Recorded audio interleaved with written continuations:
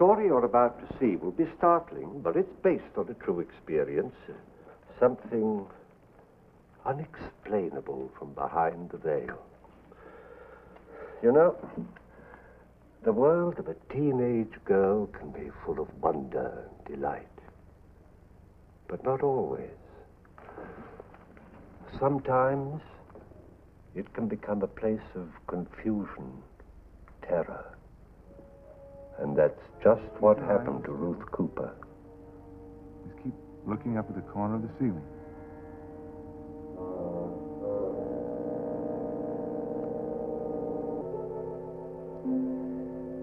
What about your arm? It still hurt? Nothing hit you there? No. You didn't bump your head? No, it just feels kind of full. Uh-huh. All right, you can get up now. You go along with the nurse. She'll take some pictures.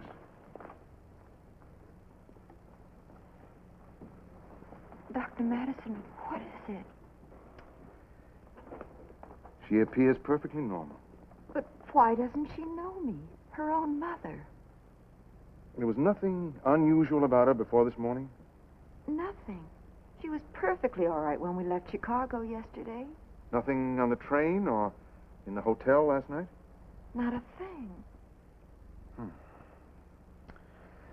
Well, maybe the X-rays will tell us something. What about her father? He's been dead for 8 years. Oh, I'm sorry, Ellie. I didn't know. I've tried to do everything I could for her. That's why this is so awful. I'm sure you have. She's a fine-looking girl. She reminds me of Ellie Hudson, the last time I saw her. No. I was older when I left Greenville. Ruthie's not even 16 yet. I know how hard this must be for you, Ellie. You'll do everything you can for her. Of course I will. Tell me about you. Is this your first visit home? In 20 years. I told Ruth all about Greenville. I wanted her to see the place where her mother was born.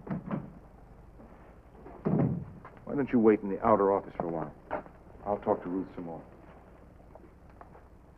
Thank you. Well, why don't you sit down here? And now I'll have your photo in my album, too. I already have your mother's. You know, when she was a girl. My mother's? Oh, you mean Mrs. Cooper. Doctor, who is that woman? Well, I knew her some time ago. She used to live in Greenville, too. But why am I staying with her? She's, someone who likes you very much. Oh.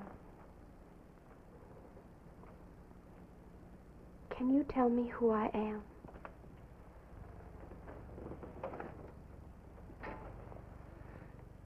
Are you able to remember anything? Well, Mrs. Cooper told me that I'd never been to Greenville before. But on the way to your office, well, somehow it seemed familiar. In what way? I felt like I was coming home. Do you have any idea where home is? Not really. I just keep feeling that I've got to do something, but I mean, it's like when you're hungry, but you don't know what you want to eat. Doctor, am I losing my mind? No. If you were, you wouldn't be asking me that question. Now, try not to worry.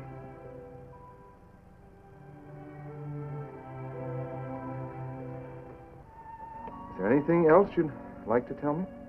This morning when I woke up, I know this is going to sound funny, but I heard a voice. Uh-huh. A girl's voice calling me from far away. Calling some name. What did the name sound like? I don't know. Well, I couldn't tell. I mean, we're so very far away. Well, it was probably Mrs. Cooper trying to wake you. Sleep fools us all the time.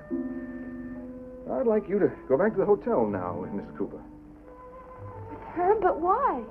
Because she wants to help you, too. All right? You just rest, be quiet. We'll talk more later. Will you do that for me? Sure I will. Thanks, Uncle Dar.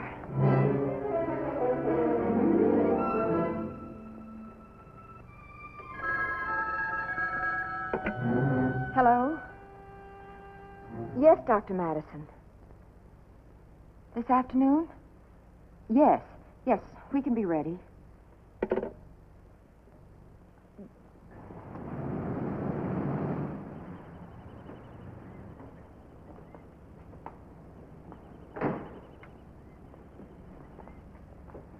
All right, here we are. That tree there. And that fountain at the side of the house. In the springtime, there are always so many birds that we... Please, Ruthie.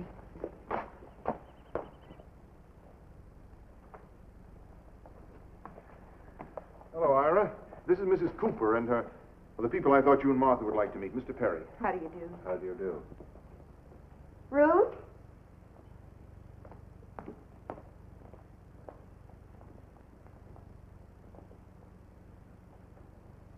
We'll find Martha in the living room.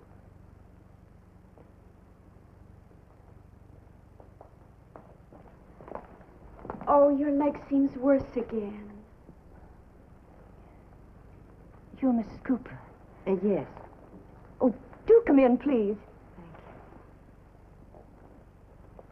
Well, how's your golf, Ira?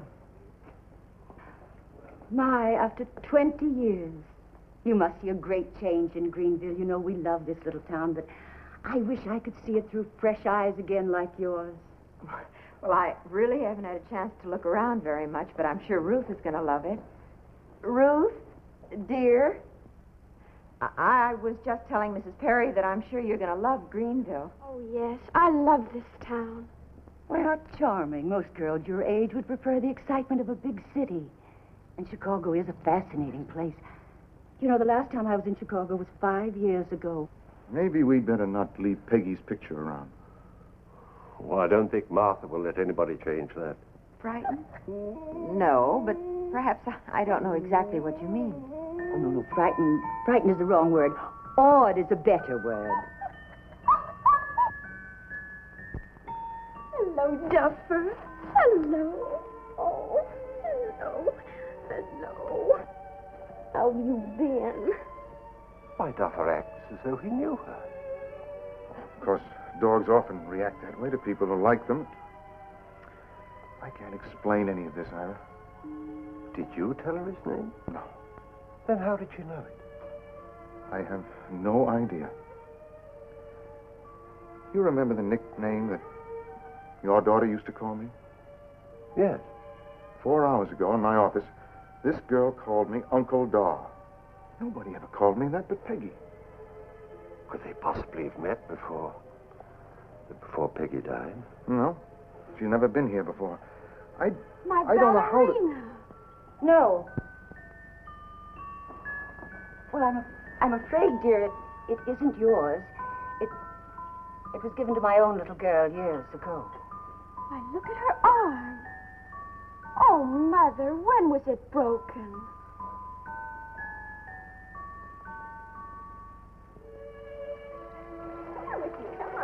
Come on, right around. Has the girl any chance of recovery? Yes, she has a chance. But I think a great deal may depend on you and Martha. What not? Ira, I would like her to come and stay here with you for a while.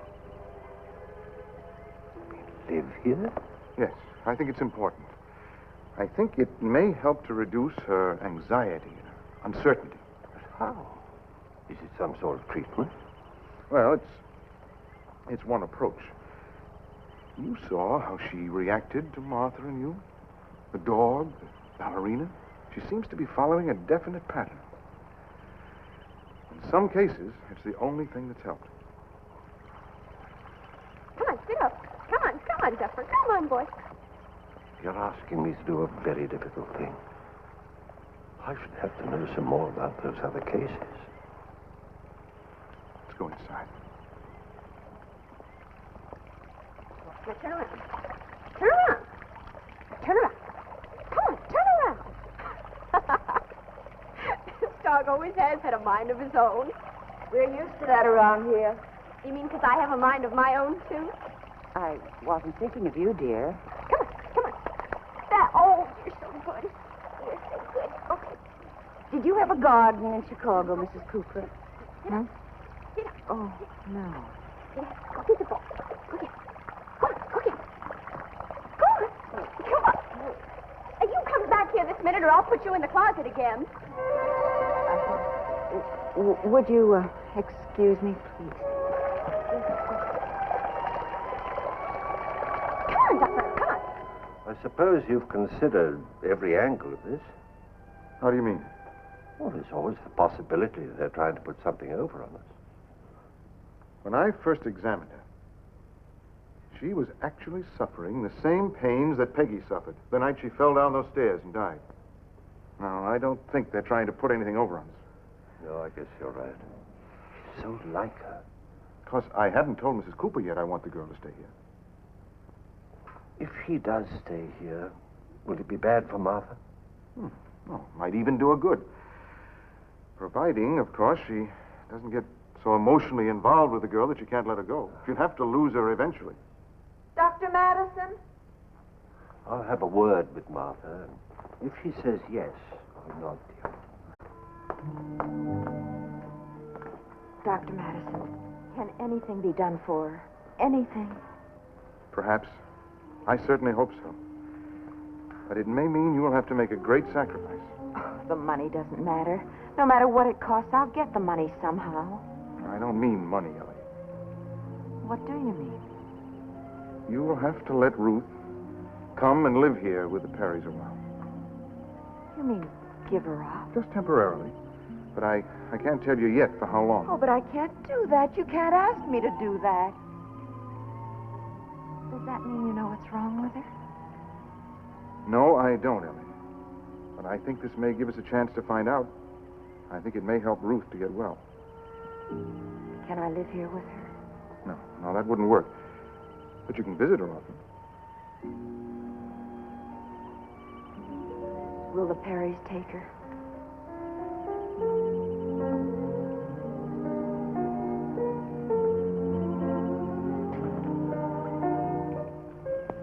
Are you sure? Quite sure, dear. I think you should be the one to tell her. Mrs. Cooper, let me tell her.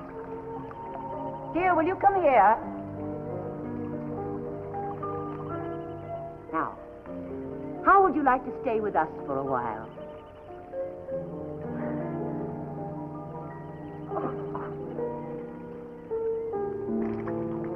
How tender thing.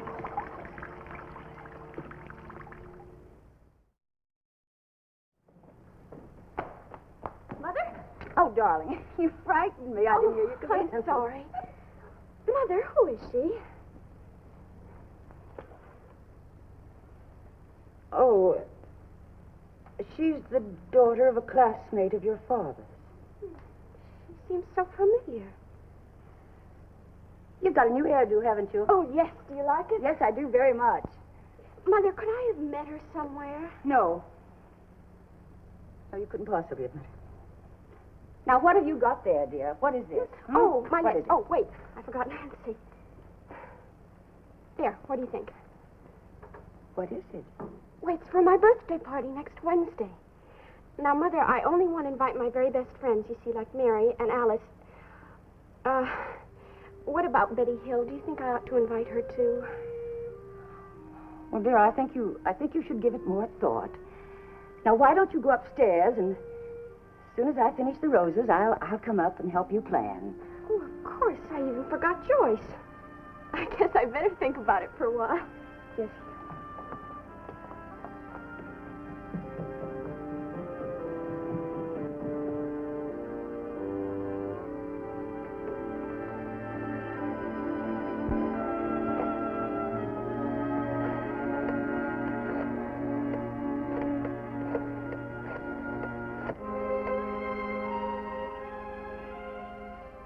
Dr. Madison, please.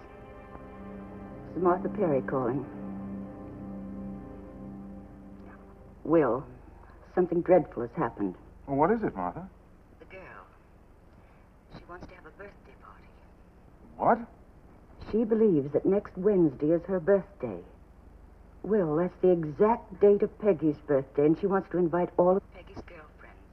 Oh, that is something. All those girls are grown women now. Alice Brown has 2 children, and Kay Scott is divorced, and Mary Brown is in Germany. Wait a minute, Martha.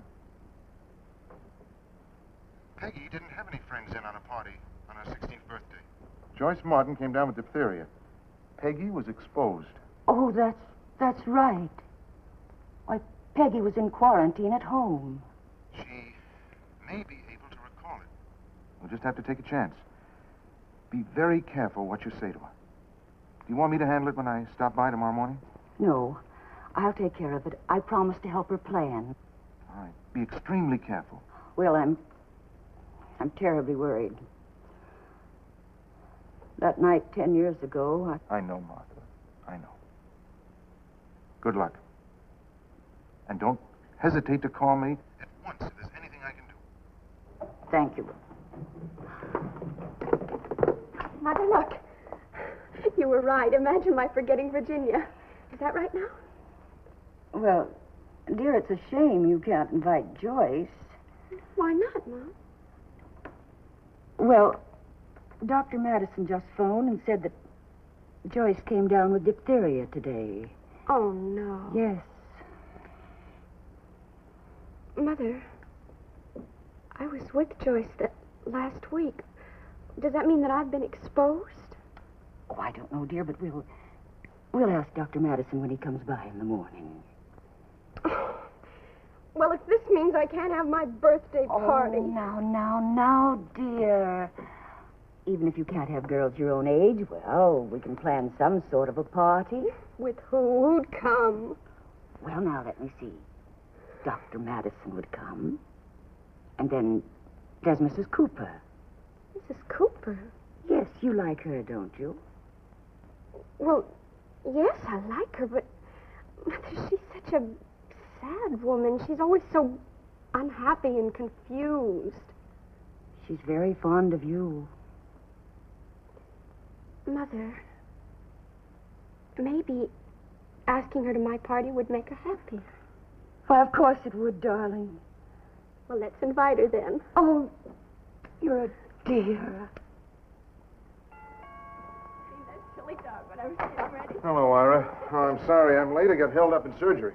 You missed a very good dinner, but you're just in time for the cake. How's everything going?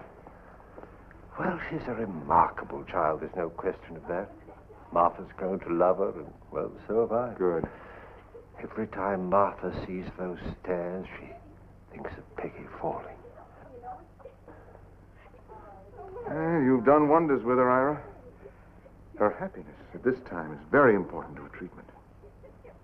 Even if he goes on believing that she's Peggy? There's no easy answer to that. It's a risk we have to take. It's not easy for us. Ira! We're ready for the birthday cake. Oh, hello. Oh, Will, I'm so glad you could get here. Will, do you know, I think Peggy came back so that this time she could really have a happy birthday. Hi, Uncle Dar. Oh, hello, my dear. Happy birthday. Thank and many more of them. Oh, thank you. I'm so glad you could come. Why isn't this table beautiful? Do you like it? Ritzy. What happened? Happy birthday to you. Happy birthday to you. Happy birthday, dear Ruth. Happy birthday to you. It's the happiest birthday I've ever had. Now blow out the candle. Oh, but make a wish first, dear. 16.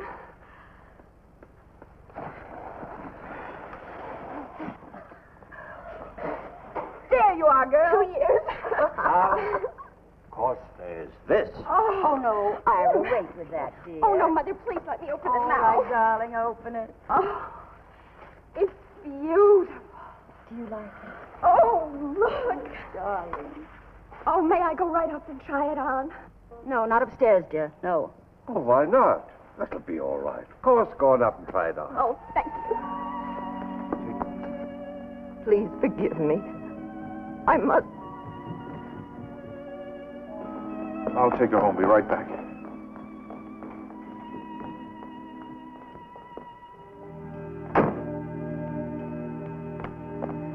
It's all right, Ellie. I'll take you home. Well, I'm terribly worried about Martha. So am I. We've got a problem on our hands. I don't know how much longer I can go on with this. That girl is still convinced that she's Peggy, and poor Martha is beginning to believe that it's really true. I've got to do something right away. I'll be back as soon as I can.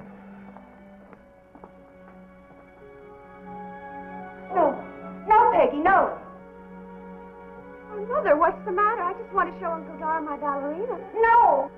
No, Peggy, no. Stay there. Don't come down. But I've got to come down. Stand back! Oh, no! Peggy. Peggy. Peggy. You scared me. I almost fell. But you're all right. You didn't hurt yourself, now, did you? But you yelled at me and Mother screamed. Why did she She scream? was afraid you were going to fall. Ira, get Dr. Madison. Martha! Please, get Dr. Madison quickly before she dies. I'm not going to die. I'm not. Oh, the ballerina you broke. Peggy loved it so.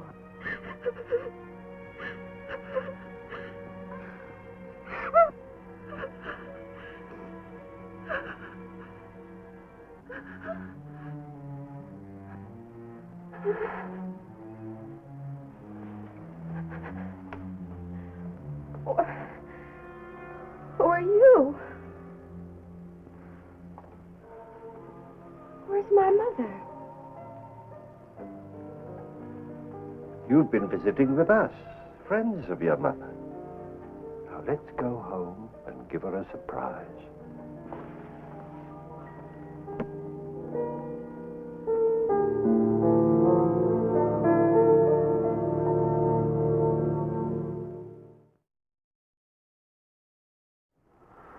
How could Ruth assume the identical personality of the Perry's daughter, whom she had never met, and even know the name of her dog and of her friends?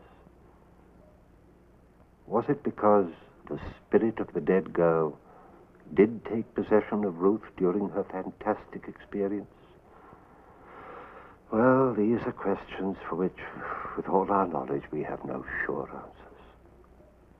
What do you think?